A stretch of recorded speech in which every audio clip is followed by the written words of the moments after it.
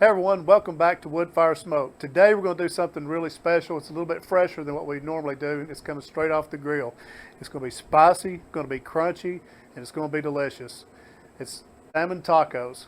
So stay with us. Let's cook.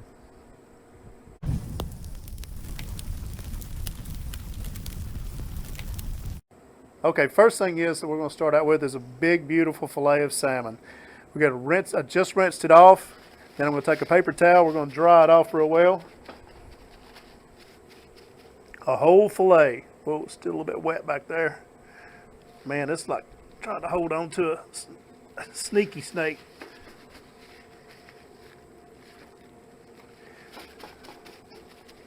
Dry it off really well, because water is not a friend of the grill.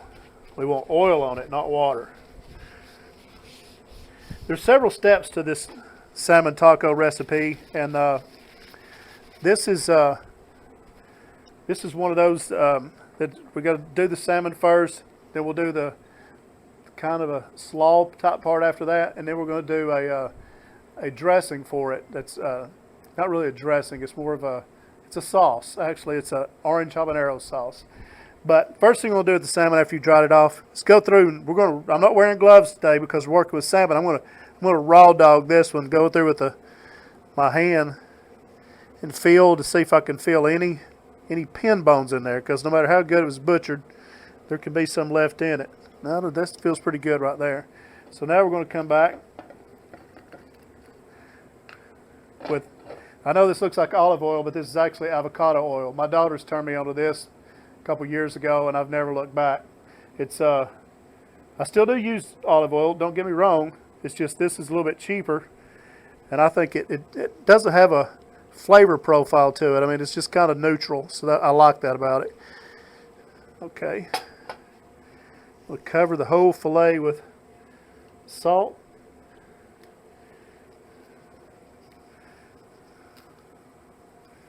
And we're not too hung up on the butchering of this, because I'm going to butcher that in just a minute, because we're just going to cut it up into big pieces. We're going to actually be shredding this down. Salt and then pepper. Get an even coat of pepper on it. Actually, I like heavy pepper on my salmon, so it may look a little bit heavy to you, but you just put whatever you want on it. Whatever you like. Okay, that looks good. And this is the presentation, not the presentation side. This is going to the downside of the salmon. So I'm going to flip it over to the presentation side now, what would be my presentation side. Actually, I take that back. That other will be my presentation side. This is the bottom of it. But that's okay.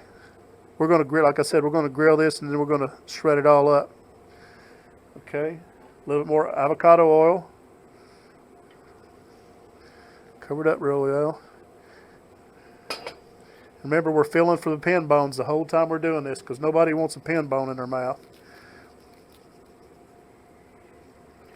Salt it liberally, because this is going to be the salt for the entire dish, actually, and there's a lot of other things going in this. So you can go heavy with it. Pretty heavy. There we go. Back with the black pepper.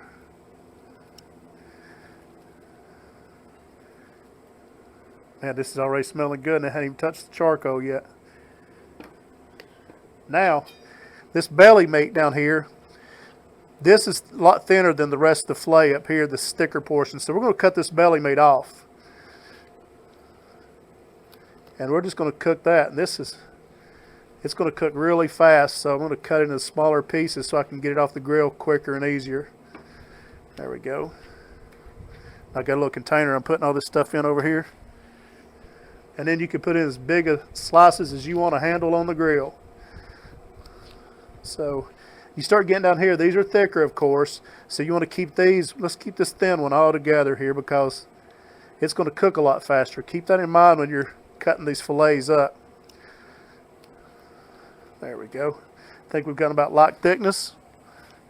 Let's move them over to the grill. Try to keep one hand dry here. Oh, now. Let's head to the PK. This is a PK grill. It's a charcoal grill. This actually comes apart from the stand. It's great for tailgating. These things are, they started making them back in the like 48 or 50, somewhere around, I don't know, but the older ones are still around, and they actually cost more than a brand new PK grill. So if you see one of these at a yard sale, you want to pick it up. PK just stands for a portable kitchen. Oh, there it is. Been around since 1952. But amazing, amazing grills. Let's see here.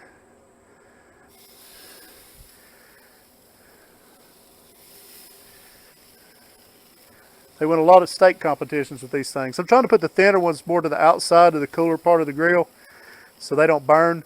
But actually, being completely honest, it doesn't matter if these get a little too done, because like I say, we're not looking so much for moisture content in them as we are just getting them cooked up, because like I said, we're going to be covering them with a sauce. So we're going to let those go for 3.5 minutes on each side. Flip them over, and then we'll take them to the kitchen, we'll put them in the cooler, let them cool off, and then fix the rest of the stuff. Let's get it all going. Okay, time's up. It's ready to pull the salmon off the grill. One thing about cooking fish, don't be afraid to cook fish. If you'll oil the protein instead of the grill is the way I do it. Just don't play around with the fish. When you get it on there, let it cook. Check with your spatula. Let it check with your spatula, make sure it's turned loose, but the fish will tell you when it's ready to turn. When it turns loose from the grill, you're ready to go. I got this right here kind of slid down in the grill. I'm hoping to save it. Come on. Got a little bit of it there. Anyway, this has to cool off now, so we're going to take this and put it in the refrigerator. Well, actually, I'm going to put it in the freezer for about 20 minutes, and then we're going to tear it all up and finish up the tacos. Be back in a minute. Now it's time to make the sauce for those salmon tacos. First thing I'm going to do is take some orange juice, shake it up. I'd like to use fresh squeeze, but fortunately I don't have any oranges today. So I got a brand new container here. And this is Nature's Nectar. It doesn't get any better than that. I mean, just listen to the name of it. But anyway, we're going to pour about this much in here. I'd say that's about a quart. Then we're going to take Habaneros. Now, the thing about Habaneros is they're hot. So, and trust me, that heat will transfer over to this sauce. Most of the people that I cook for around here don't like it very spicy, so I'll put one habanero and then I'll cut through this way, flip it over, cut through this way, and that way I'm just getting all the goodness out of that. Don't get a bunch of seeds. But since no one's watching right now, I'm going to put another one in there because I like it hot. But you can control the heat to however you like to do it. So you just put one in or whatever. Now we're going to put this over on the grill. We're going to let this roast. Oh, I about forgot. Got to put some honey in there. It's kind of a key ingredient. I saw my whisk and couldn't remember what my whisk was out here for. I'd say 2 tablespoons. There we go. Actually, I'd put more honey in there because I love the honey, the way it mixes with this habanero and the orange juice. This is a really, really good sauce. You're going to want to make more of this and just have it around. It's fantastic. Put a pinch of salt, just literally a pinch. A little pinch of black pepper. Stir that up. We'll take it to the grill and let that cook down.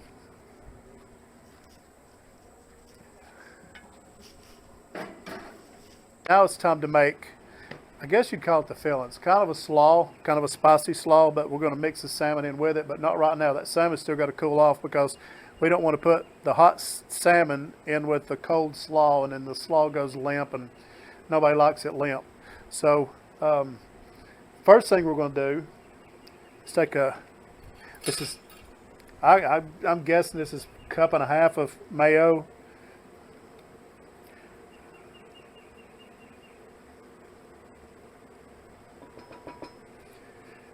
And earlier, you can do this the night before if you want to. It's just for shooting the video's sake. I usually do that, but for shooting the video's sake, I had to do it today. It's because actually the longer this sits, the better it gets. It's like it is with so many other things. Then we'll take, these are Chipotles and Adobo sauce. You can make it as hot as you want to, but you need to put at least, I would say, 2 in there. 2, 3. I'm going to put 4 or 5. So let's get those out. That's just pepper on my knife. It's nothing gross. But if you'll see all this goodness right here that comes with these, this is onions and a pepper sauce that's just so good. And this is the brand that I use. So if you want to, not getting sponsorship from them or anything, absolutely nothing from them, just it's the ones I like.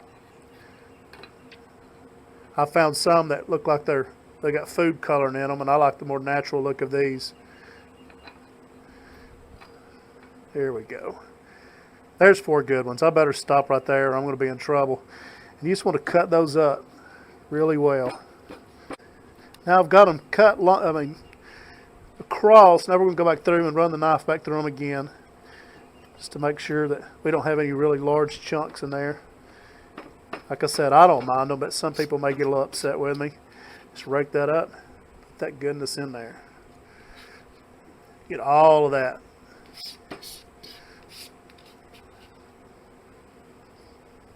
Okay, now let's do some cilantro. That'll help clean my hands off.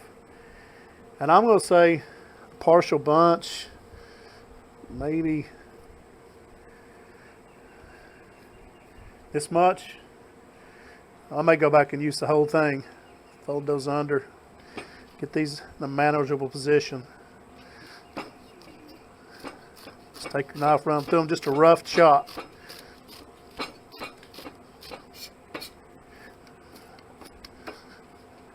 Well, my knife is sharp today. A little sharpening job I did on this. Just a little cheap knife too. This thing's working out great. When you're going to keep your cilantro too, store it in your refrigerator. It does really well if you'll just keep it between when you get it from the store, take it, wash it, put it in a wet paper towel, and just set it in the refrigerator. It'll do fantastic. Okay, now time for some onions. I'm going to cut these tops off because they're a little bit limp. Not exactly the color I'm looking for. I've got 1, 2, 3, 4. I've got 5, 6 onions here. I'm not going to use all of them. That's why I've got them like that. I just want a little bit of the whites. So we'll go ahead and do the whites first.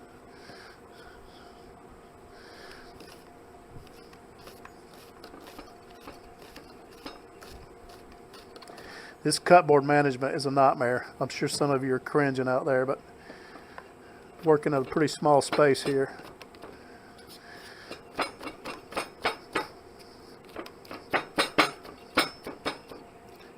There we go. Put the whites in. Now we're going to want some of the tops.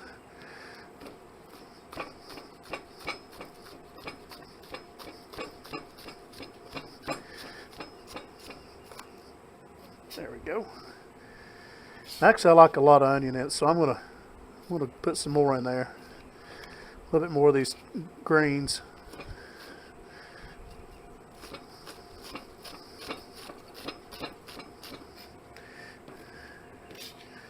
Put that in.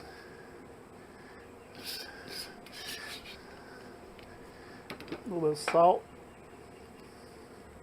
A little bit of pepper. And let's mix it all up here. I'll take a lime, and we're going to take the zest of the lime. I don't really have to have that in the sauce, so I can go ahead and do that up here across the cabbage. This is about a half a head of cabbage and 1 carrot. Glad I reminded to tell everybody that. And if you don't want to zest a lime, if you don't have a zester on, you don't have to do that. This really just, the juice from 1 lime will do just fine, but I personally love the zest of limes, lemons, oranges. I never let it go to waste. If I'm putting any in it, it's getting zest. All right.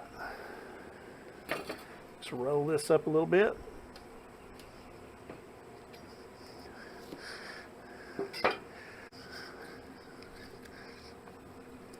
Juice of 1 lime. Mix that up real well.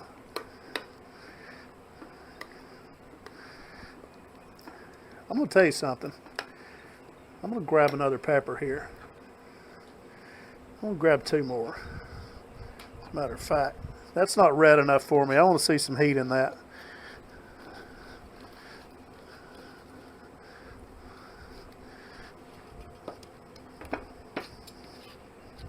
Get back there.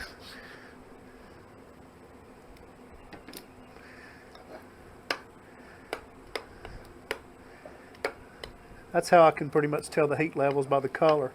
All right, now we're going to take this, just pour it over the slaw. Or that lettuce, the cabbage there. Just mix it up. The reason I do this first is when I do the salmon, I want to have the salmon, when I tear it up into small flakes, when I put it in there, I don't want to just turn it into mush. So I'm going to go ahead and do this first, and then when I put the salmon in, I can just fold the salmon into it so I can save larger chunks. Okay, that's ready. So let me clean this up, and we come back. Salmon should be cooled off enough, and I'll get it all shredded up. We'll put it in there, and we'll finish this up. See you in a few. Time now to go ahead and fold this salmon in. We're going to shred it up with our hands. You can put some gloves on if you want to. I just use my hands. It's no big deal. I want to try to flake it off in as big a pieces as I can. I want to try to keep it that way. Got a mouthful of salmon. I was sneaking a bite while we were setting up the equipment. Kind of got caught with my mouth full. Oh, this is really good. It's flaking off really nicely.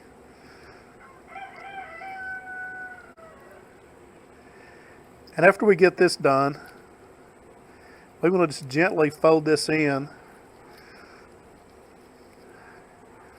And then we're going to, if you got some charred pieces of salmon like this right here, make sure those go in there because those are extra tasty. Really, really nice on a taco. We'll take this and just gently fold it. We want to keep it together as much as we possibly can.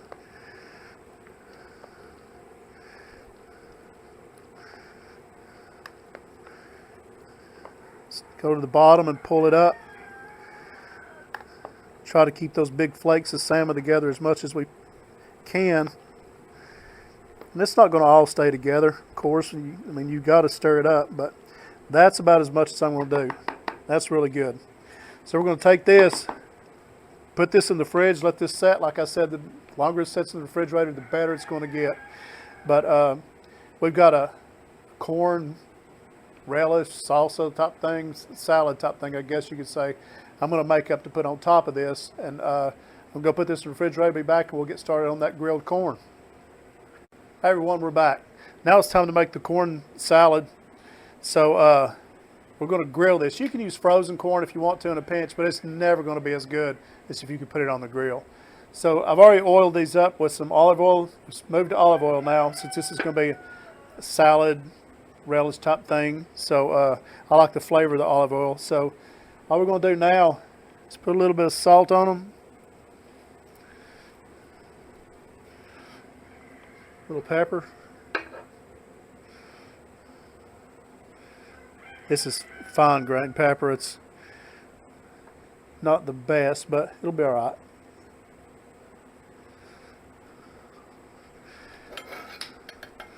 Turn them over. Make sure we get them all around.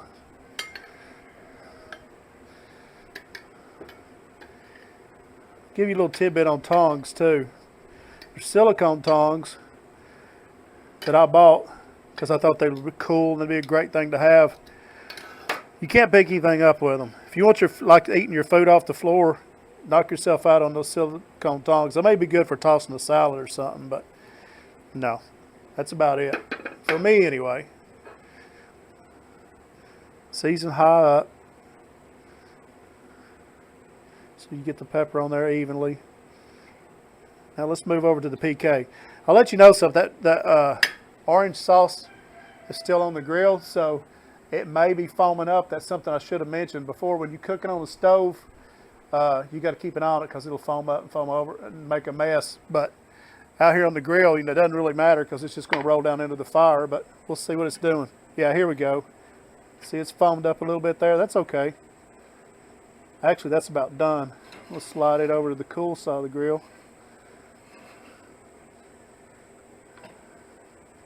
Let's get this corn on here.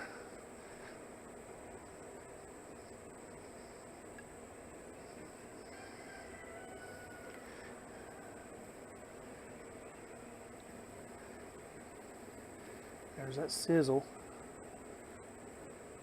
Let's let that cook for a few minutes.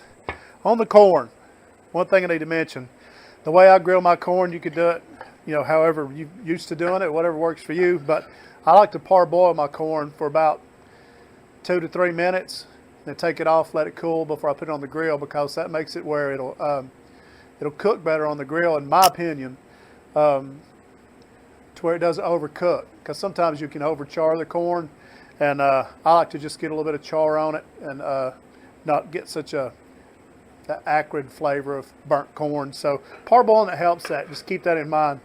But when the corn gets ready, we'll be back here in just a few minutes. We'll put this all together. Okay, everybody, it's time to check the corn. It's been on for about 4 minutes, so let's see what it looks like. This is how I like my corn. I don't like to get too much. That one right there is perfect. That's exactly what I'm looking for. There we go. I think that's what the parboiling gives you, because it's only been on 3 minutes and it's already looking really nice.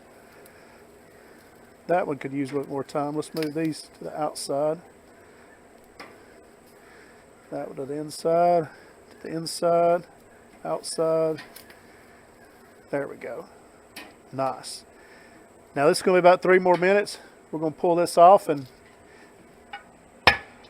start making some corn salsa, salad, whatever you want to call it. We'll be back in a minute.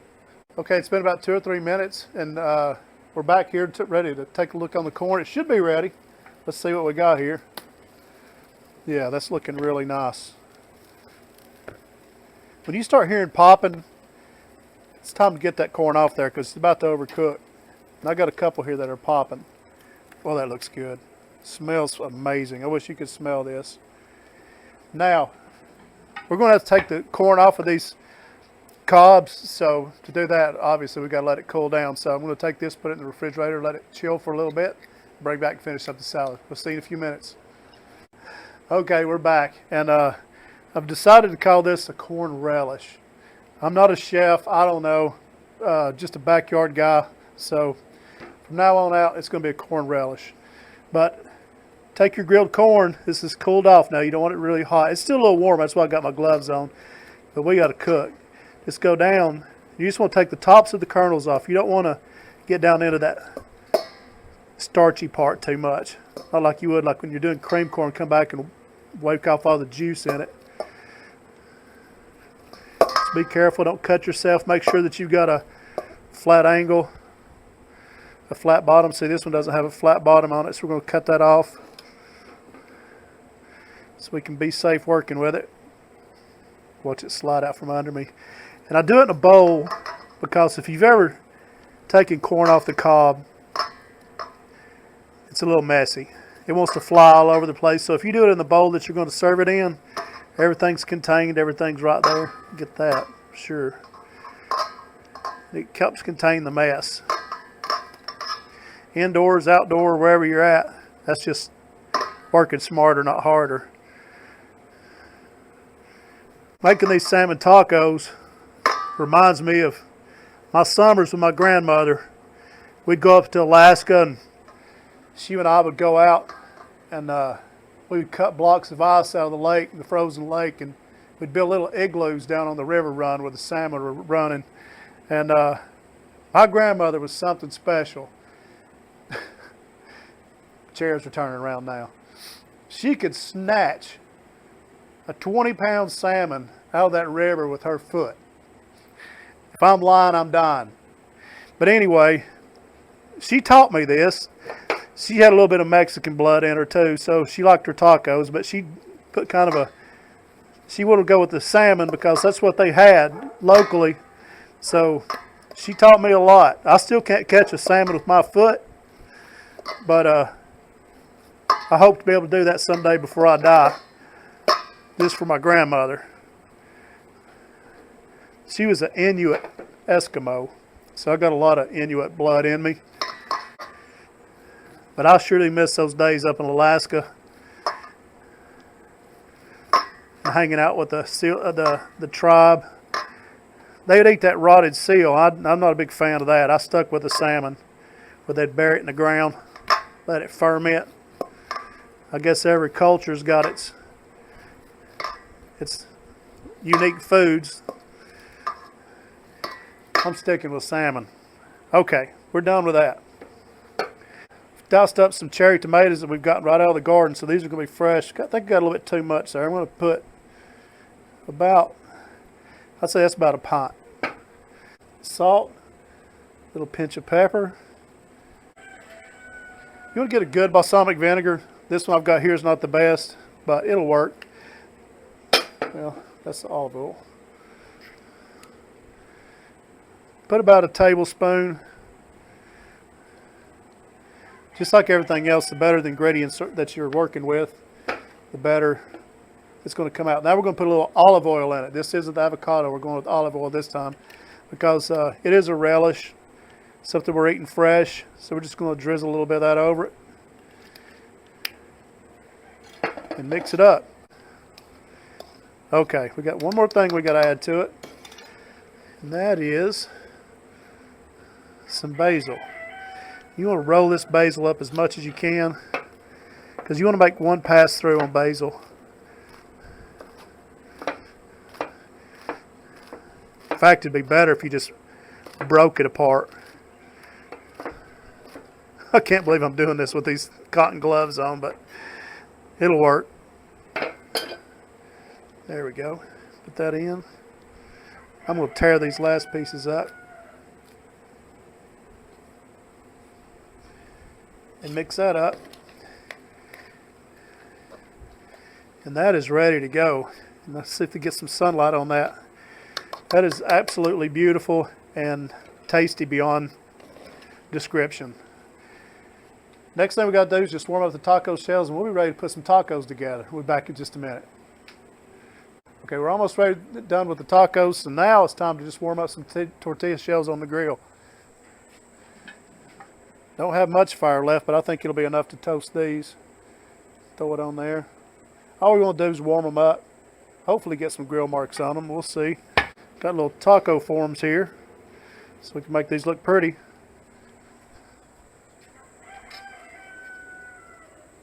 Woo, man, mercy, that's hot. Ow, oh, oh, ow, shoot, ow. Shiitake, ow. Oh, ow, dang it. My grandmother never had to fight with it like that, but she was a lot tougher than I am. So now, we're just going to spoon a little bit of this out. This salmon dressing that we made, or as Wolfgang Puck would say, salmon. He's made me started doubting my pronunciation of the word salmon. I'm going to do something. I've never done it before, but I just like the flavor. So I'm going to put an avocado on here, just because it's good. All right. If you don't know how to cut an avocado, you just put the knife in, go around, give it a gentle little twist. There you go. Take the heel of your knife. Be careful. Stick it in there. Scoop that California goodness out of there. I think I only need 1/2 of that. Can't believe I did that. I just want to get some slices of this thing, so I know it's going to be good. And now, scoop on some of this corn relish. Oh, it looks good. It's looking so good. Here. Then, let's top it off with this orange habanero sauce. May want to be careful for this at first because it is hot. Come over here and take a look at how pretty this is. And now it's time to taste it.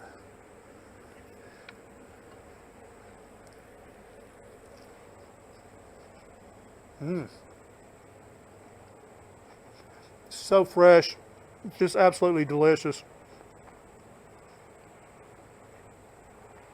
The crunch from the cabbage, I'm dripping everywhere. The heat from the habanero orange sauce and that grilled corn. Woo, it's good. Folks, if you like what I'm doing here, I hope you'll consider subscribing to our channel. It'd help it out a lot. And give this video a thumbs up. We'll see you next time on Wood Fire Smoke. Okay, everybody, time to come clean. Got a little bit of wood fire smoke and barbecue chat. The avocado on the salmon tacos, I put that on at the last minute. Thought it would look pretty. Thought it would add a little bit of flavor to it, but as it turns out, it was all right. The tacos, though, I have to say they're a lot better without it. It kind of threw the flavor profile off just a little bit, but if you want to have that healthy addition to it, it's perfectly fine. Tasted great, but in the future, I'll be leaving it off. So just want to be honest with you guys. Didn't want to try to blow smoke up anybody's rear end. And until next time, we'll see you on Wood Fire Smoke.